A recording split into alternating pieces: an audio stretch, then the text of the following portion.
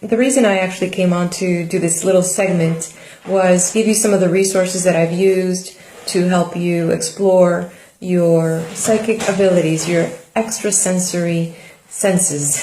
Pretty much the information that I provided was just stuff that I've acquired over 30 years of personal experience.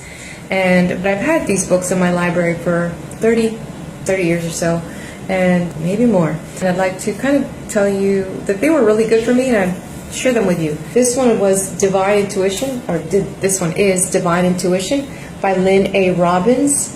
And fantastic book as far as easy read. I love the way that it's laid out. Big words on one side, then it has this, and even it has like a little workbook area at the end of each section. I actually have a little marker here. I wanted to share this with you. This topic could go for weeks, maybe years, a lifetime for us to explore all our senses. On page 126, there's a little quote by the Quran. Each has a guardian angel before him and behind him who watch him by God's command. Isn't that beautiful?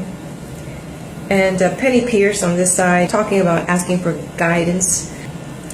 With intuition, we know what we need to know right when we need to know it. The universe, it seems, doesn't waste time or energy. Intuition presents information to us when we need it, not a moment too soon or too late, and uses any means available to reach us. So definitely a wonderful book to have in your library, and it has, like I said, has these little sections where you can kind of contemplate and write how you feel, your thoughts, and they actually walk you through and prod things out of you that helps you think. So like that book, I was going to recommend that one. Then this one, if you're really trying to express or discover your extrasensory senses, your clair senses, excellent book. The Development of Psychic Powers. And it's by Denning and Phillips. Fantastic book. No need to mark anything. The whole book is excellent. It has study points. And I actually remember I liked this book because it was a section on dowsing that I wanted it. And that's why I bought it. But it has so many other areas, different points. Talks about astrals, insights, forwards, and psychic abilities and mediums. Really good book.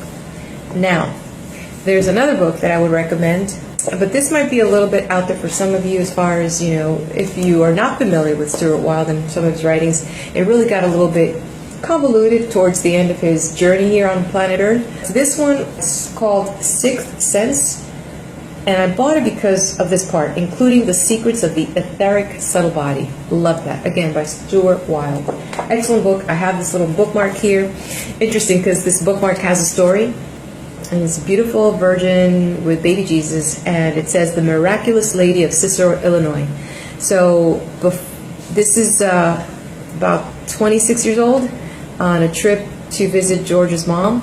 She visited, we went to a church over there and picked this up there. So it's really pretty cool.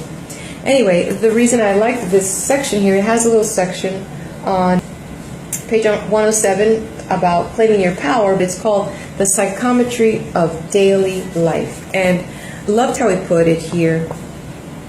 The important thing to remember is that everything inner and outer emits a feeling, and that feeling has an identity. It's a thumbprint of energy. A building, even though it's inanimate, has a feeling because emotions and energy were put into the building when it was built. People have feelings about the building. They like it or they don't like it. They work here, it's functional, valuable, they earn money there, whatever. The building takes on a personality, a character, through the energy with which it is imbued. So, talked about psychic energy stored and made manifest in the feelings things give off. And that's a pretty good section on psychometry. I think you'd appreciate it.